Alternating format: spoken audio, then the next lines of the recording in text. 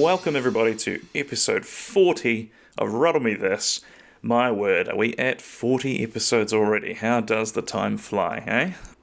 I keep forgetting to talk about this, but I'll pop this in just before the interview, as I'm recording these all kind of out of order. But the podcast got nominated in the New Zealand Comedy Guild Awards 2024. It was nominated for the Best Online Production, I believe, which was really surprising to me because, frankly, this was the only one that I didn't nominate myself for. So very heartwarming to see that my comedian colleagues are evidently aware of the podcast and liked the idea of it enough to throw me a bone and give me the nomination for that. So very, very grateful for, whoever, those who nominated for it. If you're a comedian, vote for me.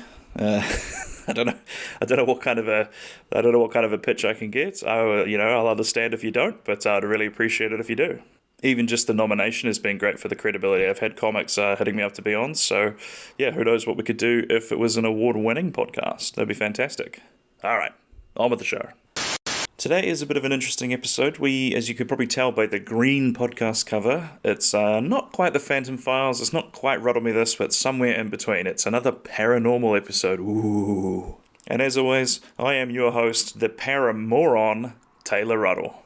In this episode, I am joined by Tracey Royce. Now, Tracy is kind of the driving force between a paranormal investigation group company. I'm not quite sure what the correct word is for them, but they are called the Quantum Foundation. And when I was looking to solicit ghost stories for my Phantom Files episodes, Tracy and the Quantum Foundation were just insanely supportive in helping me, A, find more stories, and then also B, reach people with the podcast.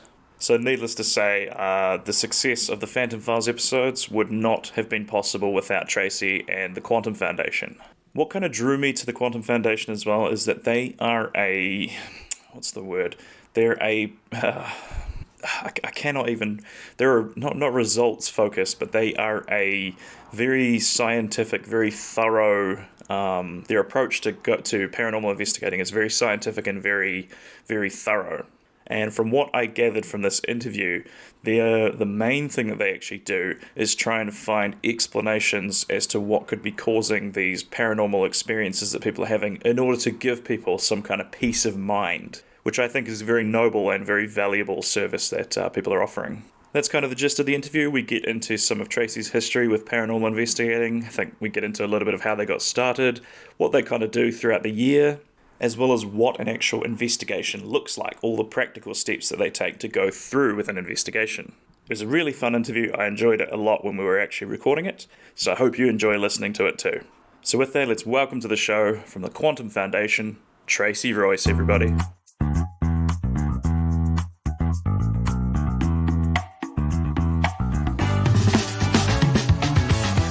Hi Tracy, welcome to the podcast. Thank you for having me, Taylor. It's the least I can do. You and your Quantum Foundation and your group on Facebook have been just super welcoming to the podcast, and I'm sure I've gotten a few stories out of it from there, so no, it's very happy to have you on. Oh, that's really good to hear that they've been like that. I appreciate you saying so as well. I'm sure they will do. Yeah, I've actually been surprised as to how...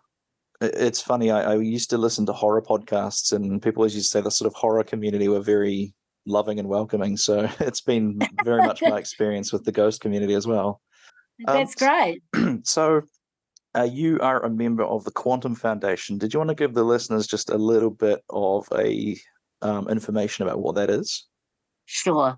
The Quantum Foundation was formed back in 2010 by myself and another lady who left another paranormal group and went out on our own. So we've been functioning from 2010, sometimes very quietly, sometimes not at all. But in the last probably the last 4 years, have been very active. Not all of our investigations are public knowledge. We keep a lot of them very quiet because a lot of them are private residences. And we go by what our client says. If our client doesn't want any publicity, then we respect that. So you don't hear about a lot of our investigations that we do. but you do hear about the bigger ones that we do. The team is comprised of people actually from all around New Zealand. So they're not just where the base is. So I live in a very sleepy rural village, just outside of Hamilton. Uh-huh. And we have some people from Hamilton that are members. We have some people from Palmerston North area that are members. We have some people from Christchurch. Oamaru, our lead investigator, is down in Oamaru. Oh, yeah. And where else do we have? So we have some people in Pyroa. So we're kind of spread out. So basically, if my understanding is correct, if someone feels like they've got a haunting, they can contact the Quantum Foundation, and you can go and investigate it to see if it is or not. Absolutely, yeah, and we do that at no charge, like most groups generous. do. Yes, we do that at no charge. I suppose, in one respect, we are a little bit different in the fact that we are spread around. Yeah. So it'll be a case of, if it's a residential property, we'll send however many investigators need to be sent based on the size of the location that we're attending, pretty much. Yeah. And residential properties can take anywhere from, depending on the size of the residential property, up to 4 people is normally what we do. Right. Investigator-wise. So we were just talking off the air before about the difference between a ghost hunter and a paranormal investigator. Did you want to give the listeners a kind of overview on the difference between the two? I would love to. The floor is yours. There is a big difference between the two. I have to say that there is. Mm-hmm. And you will find that those that consider themselves to be paranormal researchers or paranormal investigators will distance themselves from the ghost hunters as such. Right. As paranormal investigators, we'll talk a little bit about this. It's kind of boring because it's not running around. We're not running around looking for things. We're not taking every bump and every noise as a paranormal occurrence. Yeah. As investigators, we do exactly what the word investigator means. We seek out the truth of what is going on. Yeah. So we eliminate every possible mundane explanation that we can come up with for what we've seen or what we've heard. Everything is scrutinized. We don't hear a noise. We don't get a voice on a recording and automatically assume that it's paranormal. Yeah. We look at what we've got, and then we try to recreate what we've captured. We then try to what we call debunk. We're great on debunking. And in regards to trying to figure out what it is, we're after the truth of the matter. We're not out there to prove that the paranormal exists. Right. We're out there to actually find reasons for why people are experiencing what they're experiencing. Yeah. So would you say that's fairly rare in the space of paranormal investigators? Would that be like a selling point to the Quantum Foundation? I wouldn't. I would say that there's a lot of people that call themselves paranormal investigators that don't investigate. Oh, okay. Yeah. They ghost hunt. Yeah. I would say that there are paranormal investigators out there that do investigate, that actually do go out there. Yeah. And that doesn't mean that we don't have experiences that at that particular point in time we can't explain. Yeah, for sure. That doesn't mean it's not explainable, though, however, by mundane methods, by non-paranormal reasoning. It just means that we haven't discovered what that explanation is at this particular point in time. Yeah. Do you also tend to look into cryptids as well as ghosts? We look into everything. We look into time slips. We look into mediumship. We look into everything at Quantum. The main, I think, because it's so popular, the main thing that comes across our table is hauntings. Yeah. And to be quite honest with you, 8 out of 10 of those hauntings can be very, very easily explained. Yeah, definitely. I've noticed that with collecting stories for my for the spooky episodes that I do. It's probably like a 90-10 split of ghosts versus anything else. Absolutely. And the other thing that I have to say is that we will, unless we get something on camera with multiple witnesses in real time, we will never say it's paranormal. We will just always say, look, we have no explanation for this or that at this particular moment in time. Yeah. So I guess kind of a little bit of what you would provide in the service would be maybe a bit of peace of mind for people. Would you say that to be true? Totally. Yeah, totally. Yeah. I guess there's a couple of different kind of investigations that cross our table, if you like. Yeah. Excuse me. You have the residential investigations, which 9 times out of 10 we can find a logical explanation for why they are experiencing what they are experiencing. Yeah. Whether that be incredibly high EMFs coming off of wiring or alarm clock radios next to their bed or whatever the case may be. There is, as I say, there is that 10, as you said, 10% that you cannot explain. But then again, we have another situation where we go into locations that are public locations that have a long history of sighting or phenomena or anomalies, if you want to call them anomalies, such as places like Larnach Castle, which I've investigated twice now, and where we hold our open investigations, the Waikino Tavern or Waikino Hotel. Yeah. So there's places like that which are a little bit different. You're not going in there for peace of mind, or you're not going in there to give the client peace of mind. Right. You're going in there to have a little bit of an explore and see what you can find. And the client isn't really concerned one way or the other. So in a case like that, let's say you were going into like a historic building, does that mean that you're sort of contacted by the, not necessarily the government, but something like a company rather than a person, and they would it just be a kind of case of, we have a lot of customers or a lot of visitors mention that they feel like there's something spooky going on, so can you come and check it out? Is that kind of how those would Absolutely. play out? Right. We get that, and we also approach historical places to ask if we can come in because they have a history of it.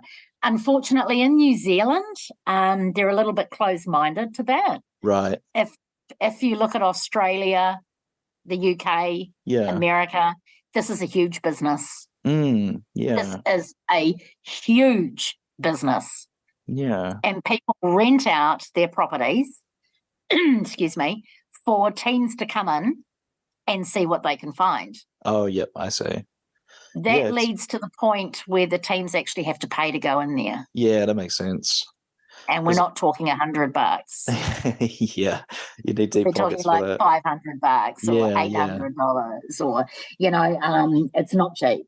No, because I can't think of any places in New Zealand that really promote the fact that they're haunted. Like there's a place in Christchurch called Riccarton Bush. Have you heard of that one? I've heard of the Riccarton Hotel. It might be the same one. It might be slightly different, but this seems to be a bit of like an urban myth that everyone is kind of aware that it's supposedly haunted, but depending on who you ask, it could be fact or fiction. Is it an outdoor location? Kind of. Or is it actually a building? Yeah, it's a building. It was one of the first settled buildings in the area, I think. So just based on the fact of the age of it, I suppose it's got all that kind of history and everything built up in that location. It's kind of like in the middle of I don't want to call it a nature reserve, but it is like a bush that you can go sort of tramping in and stuff. It's in the middle of the city, so it's not like okay. But just growing up, because I sort of grew up in the area of Riccarton, and like everyone's got a story about taking photos up on the banister and seeing people dressed in Victorian clothing showing up in the photos and all that sort of thing. Yeah, so that was one of our urban legends, I suppose. Part of what I actually really enjoy doing is the research side of things. So Yeah. when we get a location, or when we're going into a location, I blanket the research, and I don't just do that online. It's interesting to note what the research actually pulls up, because it actually blows to pieces a lot of the urban legends that are around regarding a particular location. Oh, really? How so? Yeah, absolutely. Because it negates it, literally. Like, for instance, let me think of there's two I can think of off the top of my head. One of them being Carlisle House in Auckland. Yeah. Which is often referred to as the boys' home, where there was a fire and 40 boys were burnt to death in. Yeah, there's no newspaper clippings about that at all. Really? Nothing. So if you can't find it in the newspaper, yeah, and you go back through newspapers from 1910 right through to 1970 or 80, then it obviously didn't happen, did it? Oh, so it's the case of just somehow word of mouth spread and people just assume there was a fire there, but if you look back on it, there was actually no fire. It's just like a exactly. The next one that springs to mind, which is a really good one, is Larnach Castle. Okay.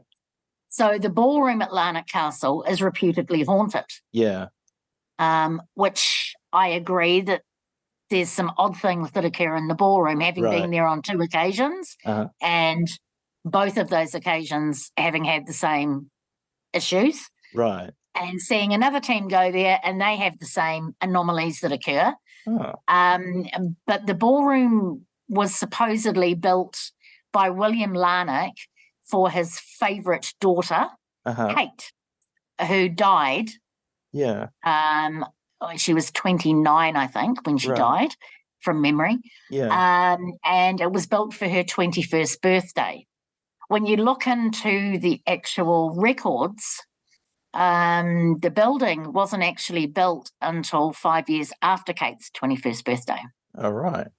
So it could never have been given to her for her 21st birthday. No, it couldn't. And then when you look further into the records, it actually states that it was given, or should I say, it actually says that Colleen, the youngest daughter, had her 21st birthday in the ballroom, and it was at that point that Larnach got up and dedicated it to all the children. Oh, I see. So that's actually been found in documents. So that kind of negates the legend of Kate haunts the ballroom because it was given to her for her 21st birthday and she died of typhoid 7 years or 8 years later. Right. Because it couldn't have been, because it wasn't actually built when she was 21. It wasn't built till 5 years after that. So one of those interesting cases where I don't know what when I was younger they would have called it Chinese whispers, but I don't think that's a very politically correct way to call it anymore. Let's just call it whispers,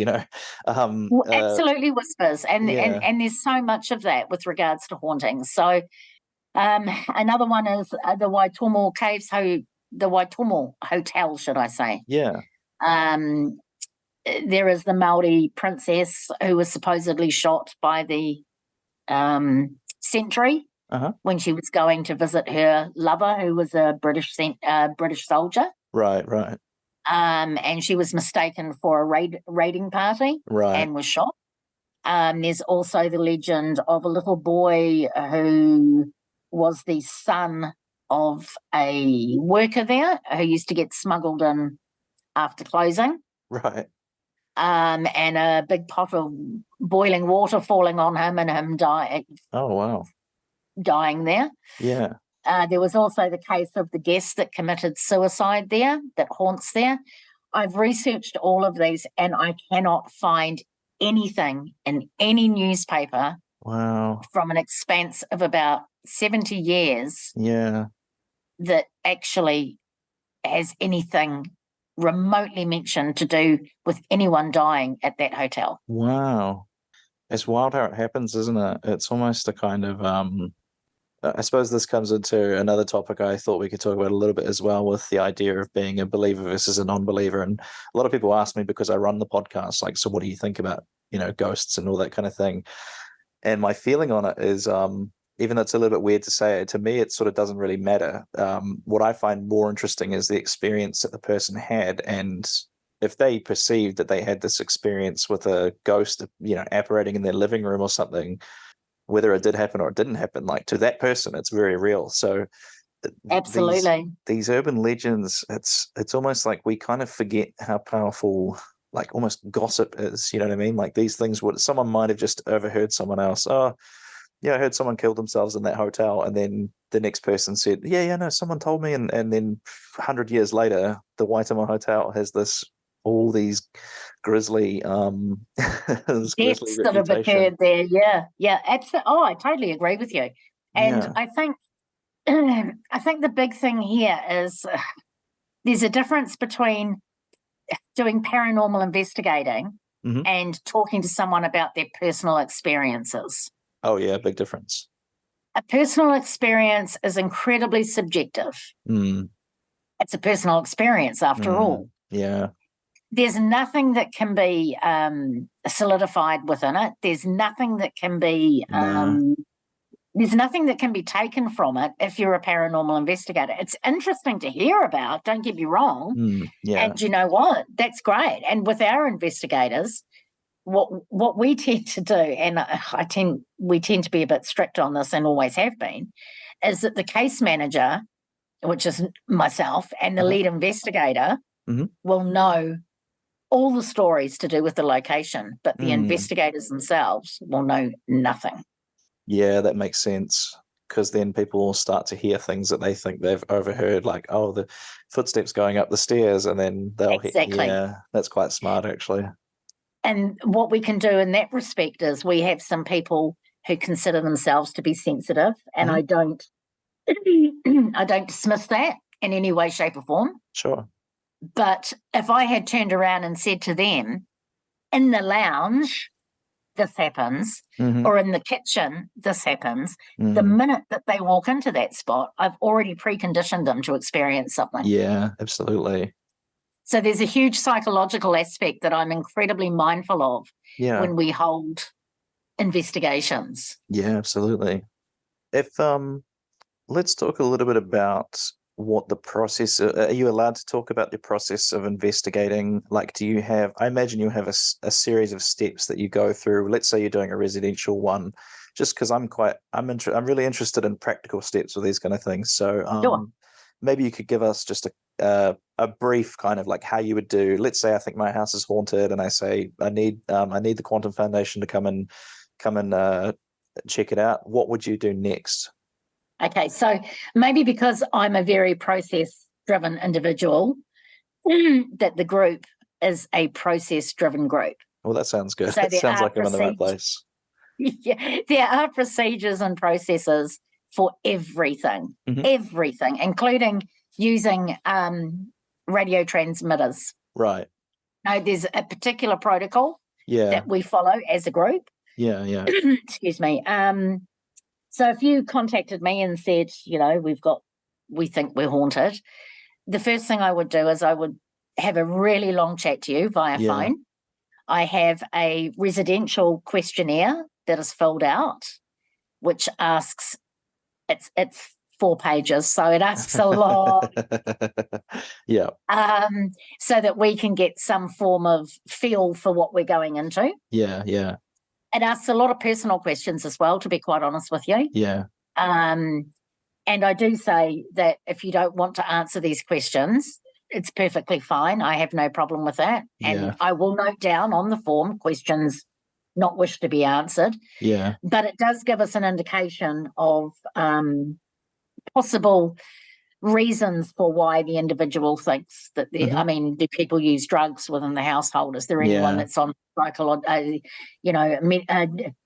antidepressant medication? Is there Yeah. anyone that's on medication? Has anyone used Ouija boards?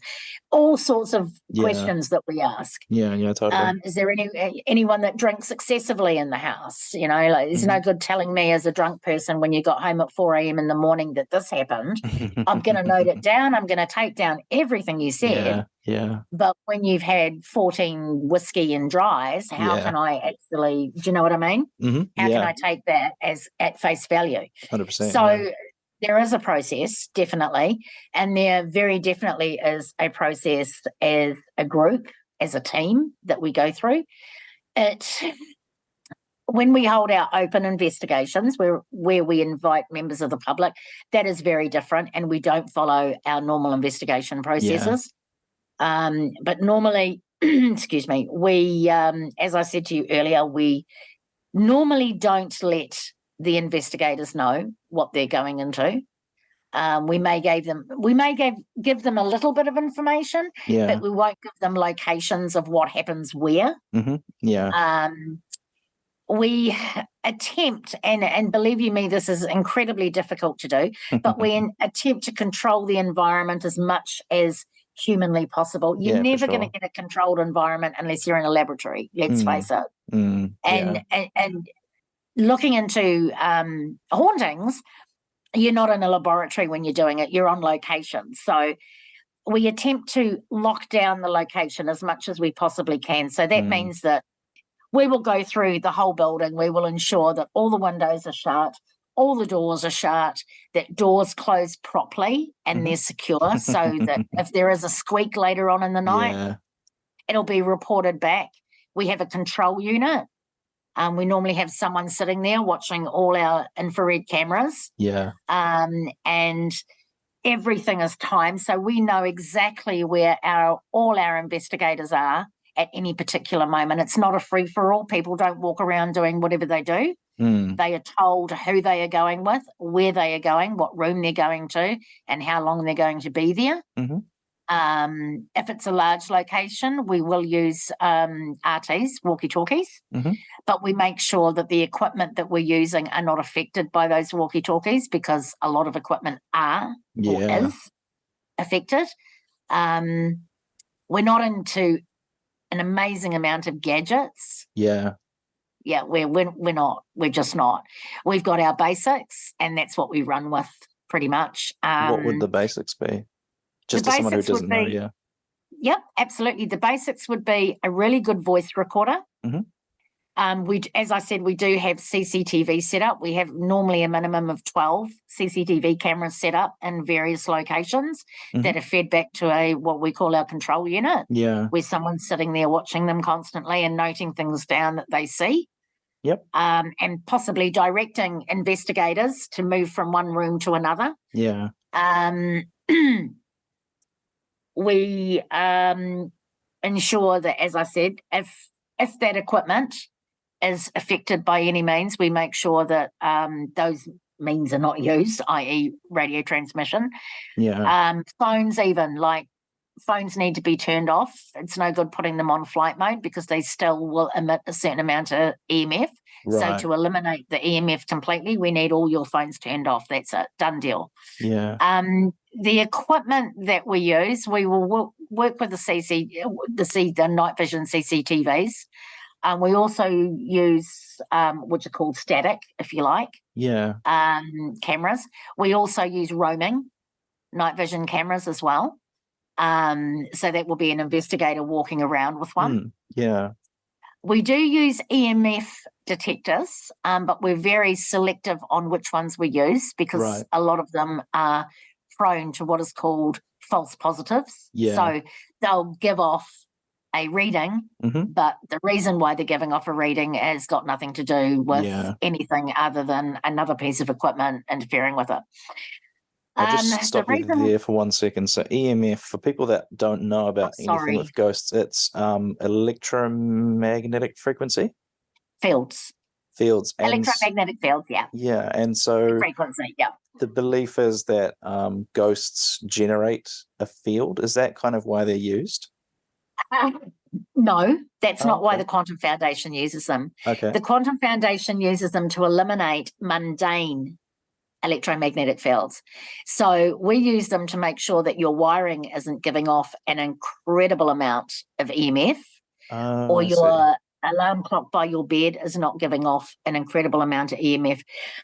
Electromagnetic fields or electromagnetic frequencies have been found to possibly interfere with the firing synapses of the brain. Oh, So I see. they can make you smell things. If there's Right. high EMF, you can be seeing things. Yeah. And it's not down to actually an apparition that's present. Yeah. It's down to the fact that your brain is being light switch is being flicked and scotched with, if you like, by the high electromagnetic fields that are coming up. Which reminds me of an investigation we did 10 years ago, 12 years ago. We got called to Te Awamutu by a lady who said that she had ghosts in her house. I asked her where she saw these supposed ghosts, and she told me it was always when she was in the kitchen cooking. Right. And I said, cooking where? By the microwave? And she goes, no, in front of my stove. So I went over and took a reading off her stove, and the reading was 180. It was just off the charts. And her stove was from the 1970s. That would explain it then, wouldn't it? Yeah. So I said to her, listen, you need to get an electrician in here and you need to get yourself a new stove. Yeah. Have you seen these shadows anywhere else? And she goes, no, only when I'm standing in front of my stove. There you go. However, in saying that, I got proved wrong later in the night because two of my investigators actually saw a full-bodied apparition standing on the stairs. Wow. And both of them saw it at the same time. Wow. So I kind of got proved wrong. So we kind of debunked something and then we got something else thrown at us, So the Zoom call's got about 6 minutes left. Excuse me, I can't talk today. Anything else you want to cover in this sort of last 5 minutes that people should know, or anything like that? Just that what you see on TV is not what we do. What you see on YouTube is not what we do. Paranormal investigating is incredibly boring. It's a lot of hours sitting around in the dark, being quiet and doing nothing. Yeah. It's you pretty much almost exactly follow the scientific method, don't you? Like, it's a very regimented process of eliminating things, isn't it? Our process is very regimented, and that's probably because I'm very regimented. But we do stray from that from time to time, but what we find is that we can't corroborate anything when we do. So we do continue to follow that process, And I wouldn't like to say it's scientific because this is not a scientific process. I may have misspoke there. Paranormal investigating isn't a science. It's not even a pseudoscience. We're all trying to find our way, and all the theories are just theories and nothing more. Nothing's been proven. But then again, nothing's been disproven, and that's why we keep going out there. People have still got stories, haven't they? So it's not like it's not like apart from stopped. Orbs have been disproven. Oh, okay, right. Like those glowing camera artifacts, airborne, of course. Dust, airborne fragments, things, moisture in the air. It's not great. Auntie Maud coming back to say hi. I'm sorry, but it's not. So we don't delude ourselves, and we'll be quite straight up with others. This has been proven time and time again, and even the camera manufacturers have said the same thing. So Well, I appreciate your time chatting to us, and to the listeners out there, if you think you've got a haunting or something unexplained going on and you feel like it would give you some peace of mind to have some very thorough investigators come and check it out, go and look up the Quantum Foundation. You have a website, presumably? We do, It's quantumfoundationnz.com. We also have a Facebook page, Quantum Foundation, and then we have our Facebook group, Ghosts in the Paranormal in New Zealand. And I can highly recommend joining that, as they've been super welcoming to me, and all of my spooky podcasts get shared there, so I'm very appreciative. Well, I guess we'll wrap it up there. So thanks very much for your time, and maybe we'll have you back and we can chat about something else spooky in the future. That sounds great. And hey, thanks for having me, Taylor. I've really enjoyed it. My pleasure. Welcome back. Hope you enjoyed that listen. I sure did. If you would like to follow up with the Quantum Foundation or check out what they've been up to, you can visit their website, which I believe is quantumfoundationnz.com. I'll chuck that out and all of their relevant links into the show notes, especially their Facebook page, which is very active, and then the Facebook group that you can join if you've had paranormal experiences yourself and you want to maybe have someone help you debunk them, or if you're just like me and you're into ghost stories, I recommend joining, and you'll see some interesting stuff that people from around New Zealand have been posting. They also do these really cool overnight sort of public, open to the public investigations where you can go along to an allegedly haunted place and you spend the night there. You get to go through an investigation with them. It's all sort of like accommodation, and that is covered with the price.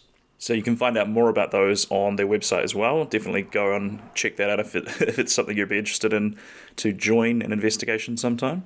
I was supposed to be going along with them on one of these, but due to my, let's just say, financial status, I was unable to make it up to, I think it was Hamilton, somewhere up in the North Island. I couldn't make it up, but you never know. I may still one day be able to join them on one of these, so you never know. You might see the Paramour on himself at one of these if you sign up. So once again, thank you for listening. As always, I'm on all the social media platforms at Taylor Ruddle Comedy. Follow Can Do Comedy on Facebook to see what events we've got coming up. Quiz on Tuesdays at Bridie's Bar and Bistro. Quiz on Wednesdays at Moi Moi. Comedy show at the Austin Club on Thursdays, or Sprig and Fern Merivale on the last Thursday of the month. Leave a review on your favourite podcasting platform. Really helps me out to climb the ranks. And let's eventually get this podcast to the moon. Alright, well that's enough out of me. Appreciate you listening.